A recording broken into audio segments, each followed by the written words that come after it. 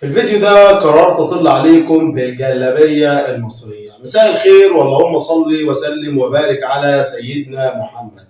في عام 1957 تأسس الاتحاد الافريقي لكرة القدم على اثر مقترح رئيس الاتحاد السوداني للعبة عبد الحليم محمد خلال مؤتمر فيفا الثالث في لشبونة. وشارك في تأسيس الكاف 4 دول وهي مصر والسودان واثيوبيا وجنوب افريقيا. تولى المصري عبد العزيز عبد الله سالم منصب رئاسة الاتحاد ليكون أول رئيس للاتحاد عبر التاريخ. وكان تأسيس بطولة قارية للمنتخبات على رأس أولويات المؤسسين في الفترة دي. وقيمت بطولة كأس الأمم الأفريقية لكرة القدم في السودان للمرة الأولى عام 1957 تحت اسم كأس عبد العزيز عبد الله سالم، ومشاركة 4 منتخبات وهي مصر والسودان وأثيوبيا وجنوب أفريقيا.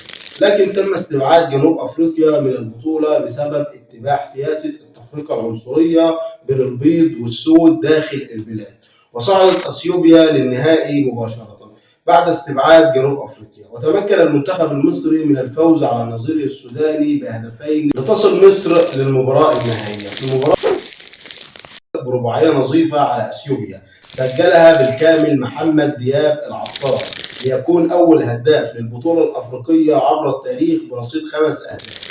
وزينت النجمة الأولى على قميص منتخب الفراعنة. بعدها بعامين استضافت مصر كأس الأمم الأفريقية الثانية في القاهرة بمشاركة نفس ال3 فرق.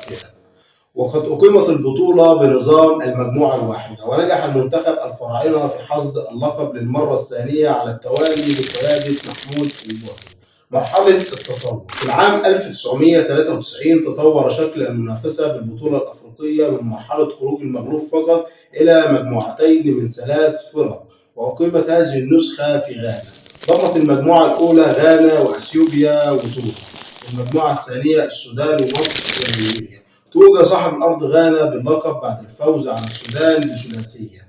خلال نسخة 1968 تم توسيع دائرة المنافسة لتشمل 8 فرق تم تقسيمها إلى مجموعتين من 4، وهو ما استمر خلال نسخ أفريقيا حتى عام 1990. بداية من 1990 وحتى 1994 تم توسيع دائرة المنافسة مرة أخرى لتشمل 12 منتخب تم تقسيمها إلى 3 مجموعات على أن يتأهل أول وثاني كل مجموعة إلى ربع النهائي. تطورت البطولة مرة أخرى بداية من 1996 ليصل عدد المنتخبات إلى 16 منتخب يتم تقسيمها على 4 مجموعات على أن يتأهل أول وثاني كل مجموعة للدور ربع النهائي. واستمر هذا النظام حتى نسخة 2017. وبداية من 2019 وصل عدد المنتخبات المشاركة في أفريقيا إلى 24 منتخب يتم تقسيمها على 6 مجموعات. تاريخ كأس الأمم الأفريقية. الكأس الأصلية للبطولة الأفريقية مصنوعة من الفضة، وكان عبد العزيز عبد الله سالم هو من صمم الكأس، وكان يشبه في الشكل كأس الاتحاد الإنجليزي. ومصر هي أول دولة رفعت الكأس في النسخة عام 1957 ودافعت عنها في 1959 باسم الجمهورية العربية المتحدة. لكن غانا هي أول منتخب حاز على الكأس بشكل دائم بعد فوزه 3 مرات باللقب خلال أعوام 1963 و1965 و1978. والكأس الثانية للبطولة تم استخدامها من عام 1980 وحتى 2000، وكان عبارة عن قطعة أسطوانية من الحلقات الأولمبية على شاكلة خريطة القارة الأفريقية.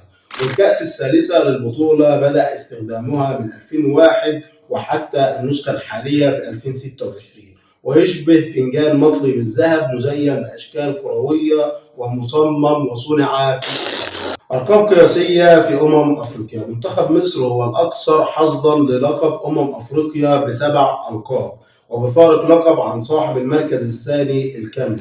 منتخب مصر وغانا هما الأكثر بلوغاً للمباراة النهائية برصيد 9 نهائيات. والفراعنة هم المنتخب الوحيد الذي نجح في التتويج باللقب في 3 نسخ متتالية بالنظام الجديد خلال أعوام 2006 2008 و2010، وبرضه احتفظ بالكأس الأصلية لكن بشكلها الجديد. والأسطورة الكاميرونية صامويل إيتو هو الهداف التاريخي للبطولة برصيد 18 هدف.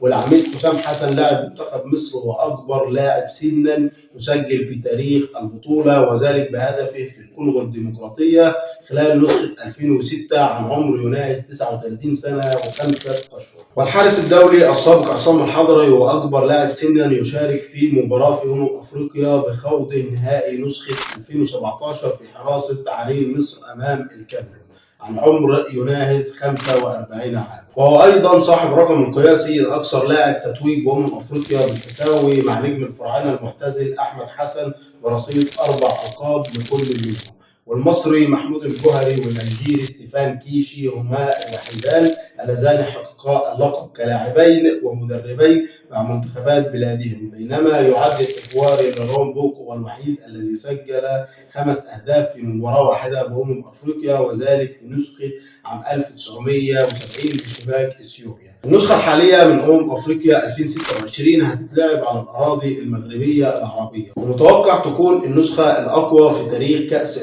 الأفريقية بسبب قوة المنتخبات وجودة الملاعب. في النهاية قول لنا في الكومنتات تتوقع مين يكون بطل كأس الأفريقية 2026 في المغرب. سلام من الله عليكم ورحمته وبركاته.